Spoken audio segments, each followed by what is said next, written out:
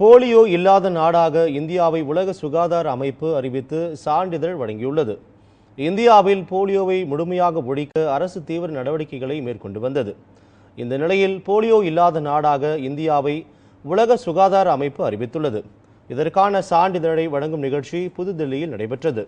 இதில் கலந்து கொண்டு பேசிய மத்திய சுகாதாரத்துறை அமைச்சர் சான்றிதழை பெற்றுக்கொண்டார். பின்னர் பேசிய அவர், மத்திய அரசின் தீவிர முயற்சியும் உயர் அதிகாரிகளின் ஒத்துழைப்புமே இதற்கு காரணம் என்று கூறினார். இந்த அறிவிப்பு இந்தியாவுக்கு பெருமை சேர்ப்பதாகவும் மத்திய அமைச்சர் தெரிவித்தார். India having achieved what was considered impossible till very recently. Excellencies, this journey has not been easy. In India, we embarked on it 19 years ago in 1995, when the disease used to cripple more than 50,000 children in the country every year. மேலும் polio ஒழிப்பில் அரசுடன் இணைந்து பாடுபட்ட அனைவருக்கும் அவர் நன்றி தெரிவித்துக் கொண்டார்.